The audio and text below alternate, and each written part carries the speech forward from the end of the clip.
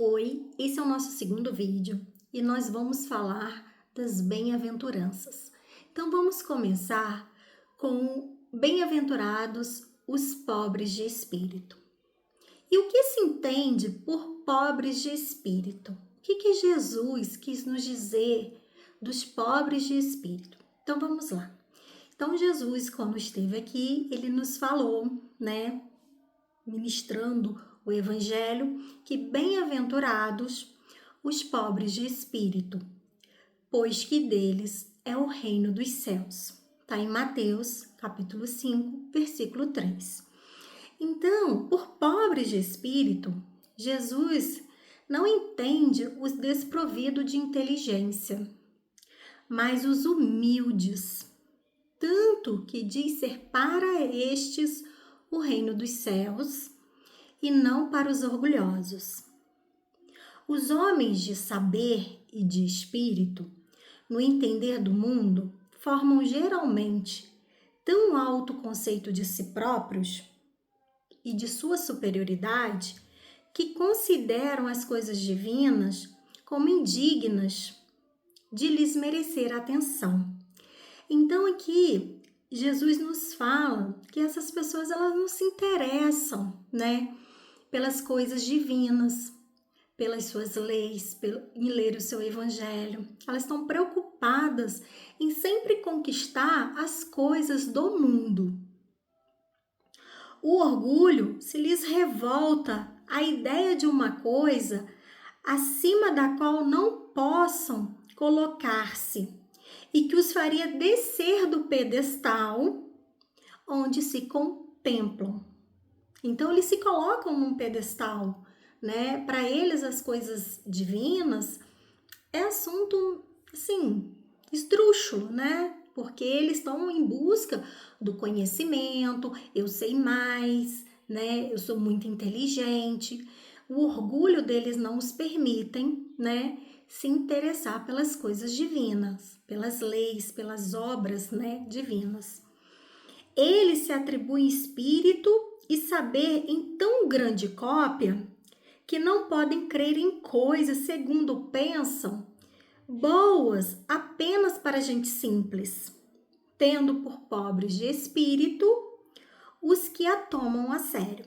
Então, eles acabam menosprezando aquelas pessoas que se interessam, pelas coisas celestiais, pelas leis divinas, que é temente a Deus, que sempre está buscando a Deus.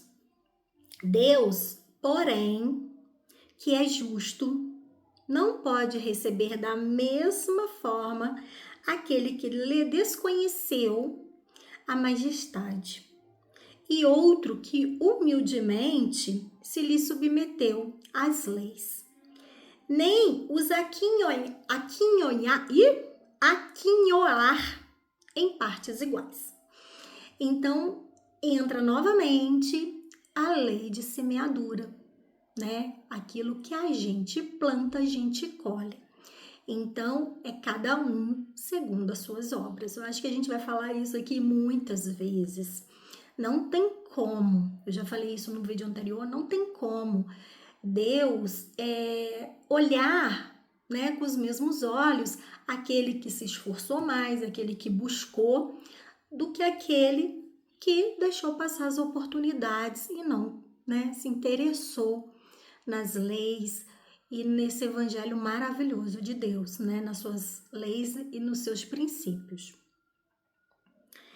Dizendo que o reino dos céus é dos simples, quis Jesus significar que a ninguém é concedida entrada nesse reino sem a simplicidade de coração e humildade de espírito.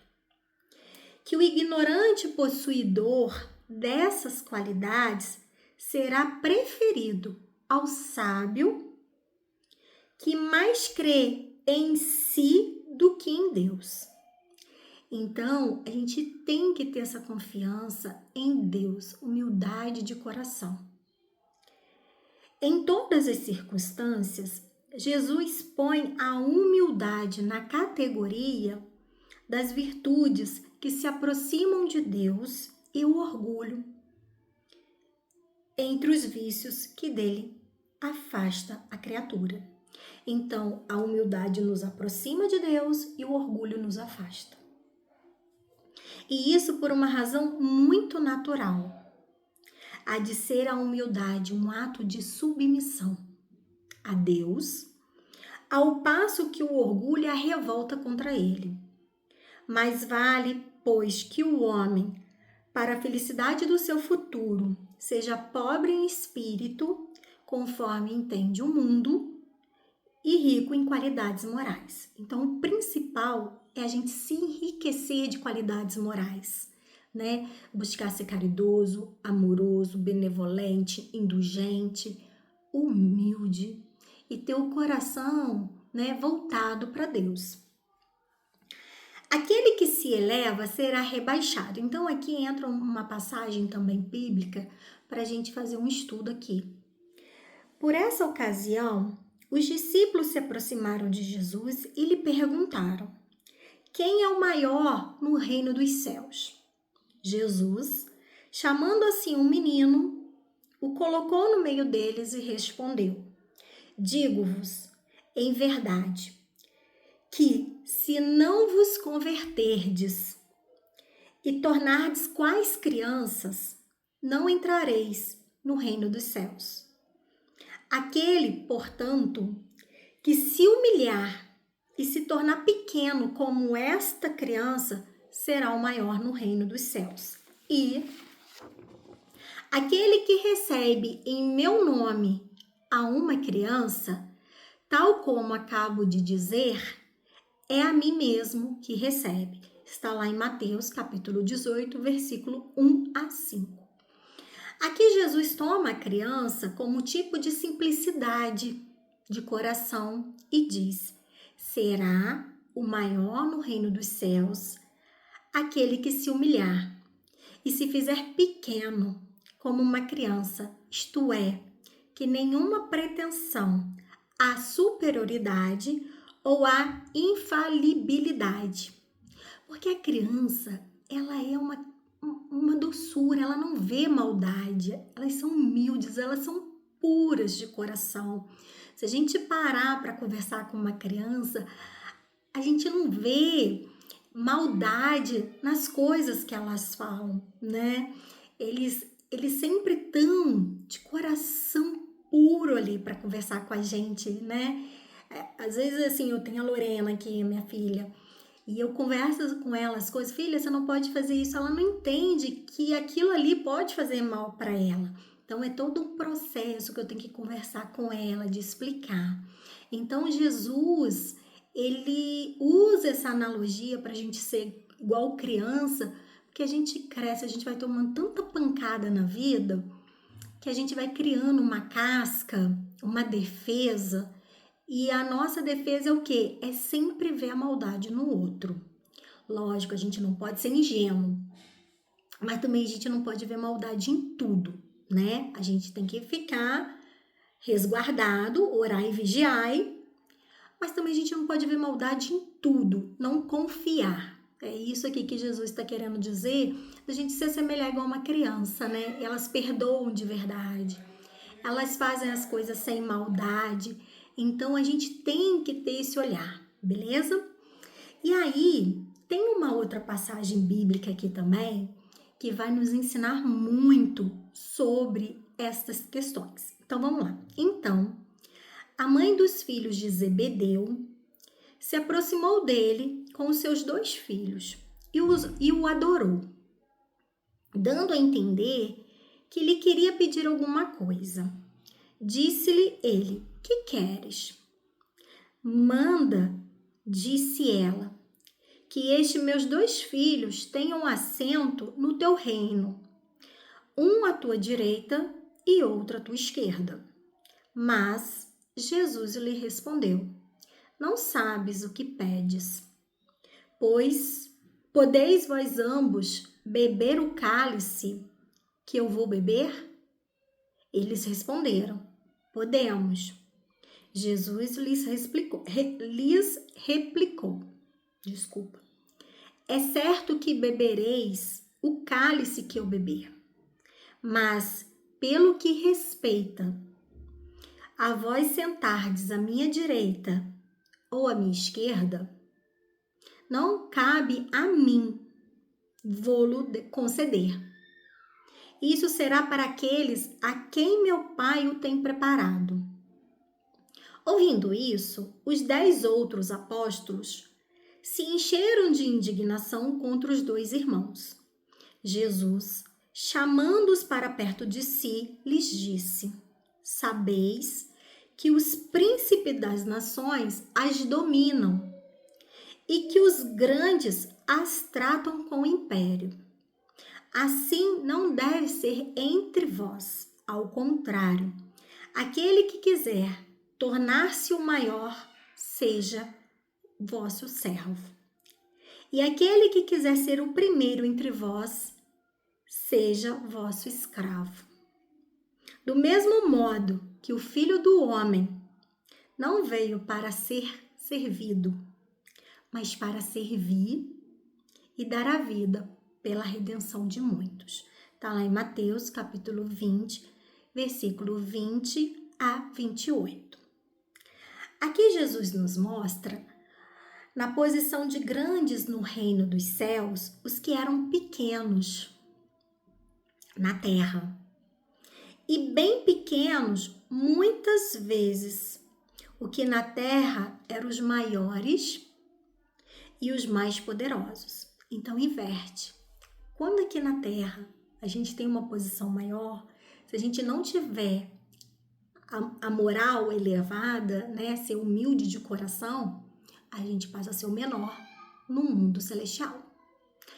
Mas a partir do momento que a gente é o pobre de espírito, né, e a gente tem uma moral, uma índole, a humildade, o amor, a caridade em excesso que transcende, né, a tudo que é treva, e aos olhos do mundo a gente é pequenininho aqui na terra, lá no céu nós somos os grandes. Eles são os grandes, nós não, né? Eles, essas pessoas que viveram desta forma.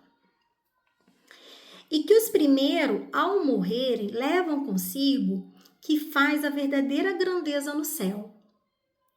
E que não se perde nunca, que são o quê? As virtudes, ao passo que os outros tiveram de deixar aqui o que lhes constituía a grandeza terrena. E que não se leva para outra vida. A riqueza, os títulos, a glória, né? A nobreza do nascimento. Nada mais possuindo, senão isso, chegam ao outro mundo privados de tudo, como náufragos, que tudo perderam, até as próprias roupas. Conservaram apenas o orgulho, que mais humilhante lhes torna a nova posição. Porquanto vêm colocados acima de si e resplandecentes de glória, o que eles na terra espizinharam. Aqui eu ia até comentar com vocês, não entrando muito em detalhe, da parábola do rico e de Lázaro, né? O rico, muito bem arrumado, e Lázaro lá no portão dele, em chagas, comendo das migalhas dele. Morre, né, o mendigo, que é o Lázaro, e ele fica, né, no seio de Abraão. E o rico também morre. E ele, nessa passagem, ele fica, né, no inferno. E há um abismo entre eles. E quando o rico vê Lázaro no seio de Abraão, fala para ele: Abraão, pede para Lázaro molhar a mão e vir me refrescar, porque eu tô com muita sede. E Abraão fala que não podia. Então, não é porque todos que têm uma riqueza não vão ter oportunidade de estar no céu, não é isso. A gente está falando aqui de virtudes. Talvez algumas pessoas não tenham as virtudes que faz com que ele almeje, né, estar numa posição melhor no reino dos céus, tá? É questão de virtude, tá, gente? Não quer dizer que todos os ricos são maus ou que todos os pobres são bons, porque a gente sabe que tem muitas pessoas que dependem ali da sua moralidade. Tem muita gente que às vezes está numa situação um pouco inferior, materialmente falando, e que tem orgulho. Não vou aceitar. E é orgulhoso e não cresceu moralmente. E tem muitas pessoas que têm a riqueza e têm um coração maravilhoso, né? Sempre está praticando a caridade, elevado moralmente. Então, isso não é regra para a riqueza e para a pobreza, tá, gente? Fiquemos ligados nisso. E aí, também tem uma outra aqui, outra passagem bíblica, tá? Jesus entrou um dia de sábado na casa de um dos principais fariseus para ir fazer a sua refeição.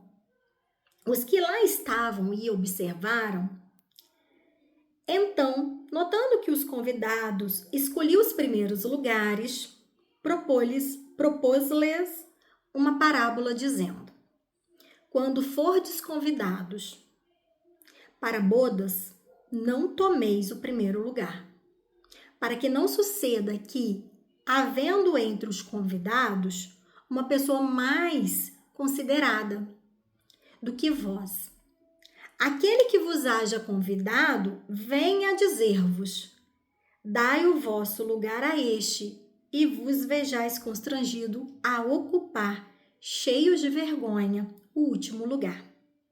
Quando fordes convidados, ide colocar-vos no último lugar, a fim de que quando aquele que vos convide chegar, vos diga: meu amigo, venha mais para cima.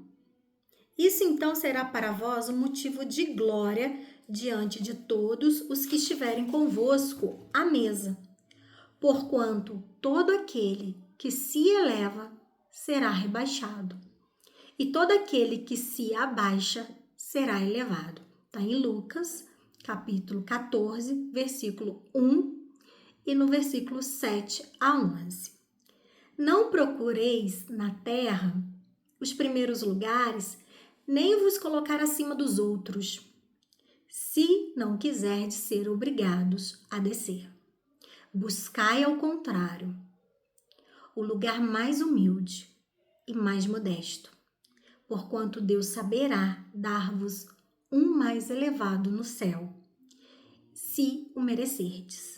Foi um pouquinho daquilo que eu falei lá atrás, né? Então, a gente tem que fazer por merecer. E como que a gente faz por merecer? A gente tem que observar as leis de Deus, agir, não é só observar, e agir, é ação. Porque tem muitas pessoas que são doutas, né, doutorados, sabem muito, mas na hora de praticar não pratica. Então não adianta nada. A quem muito Deus dá, muito lhe será pedido. Então, quanto mais conhecimento a gente tiver e menos a gente praticar, menos a gente botar em ação, mais não será cobrado, né? Então, a gente tem que ter muita observação, né? Observância na lei, praticar e ver como que a gente está agindo com o nosso próximo. É do jeito que eu gostaria que agissem comigo? Eu tô sendo, né, coerente com aquilo que eu prego, com aquilo que eu penso.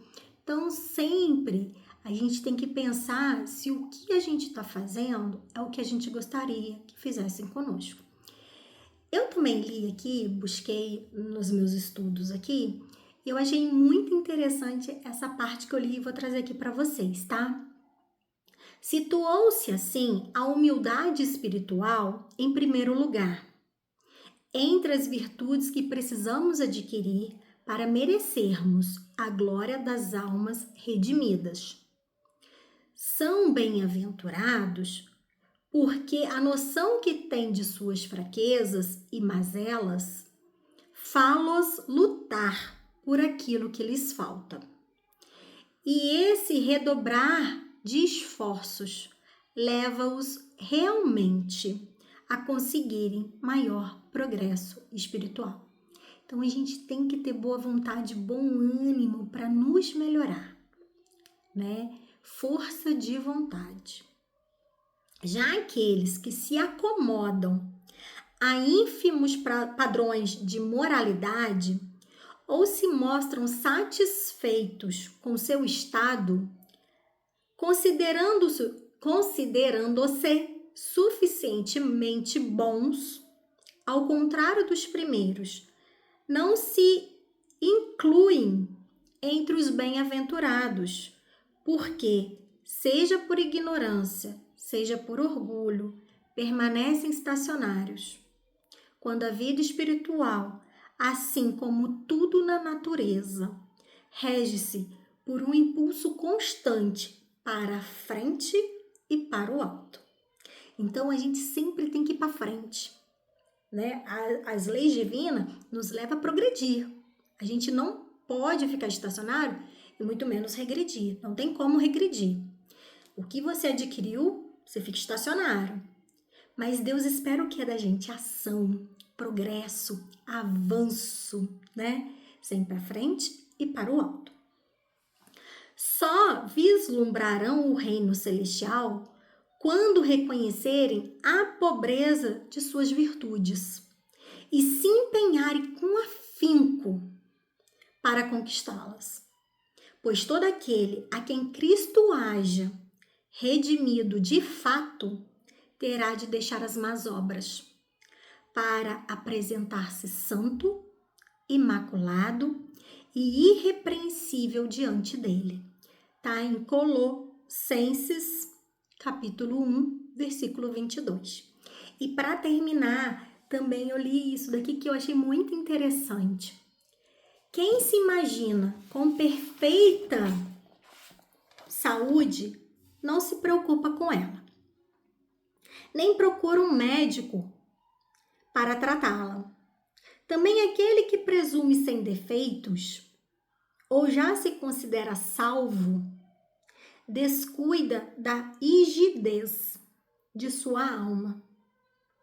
E quando menos espere, a morte o surpreenderá, sem que tenha avançado pelo menos um passo no sentido da realização espiritual. Então, que nós possamos observar o que nós temos buscado, a humildade ou o orgulho, o que a gente está cativando dentro de nós, né? Estamos avançando ou estamos estacionários? Então, que a gente possa nos esforçar mais, lutar contra esse orgulho que ainda cada um de nós tem, seja pequenininho, seja médio, seja grandão. Então, que Jesus esteja com vocês, que a luz do Divino Espírito Santo vos ilumine o caminho e que esse estudo de hoje venha trazer esclarecimento e iluminação na vida de vocês. Que Deus os abençoe. Até o próximo vídeo.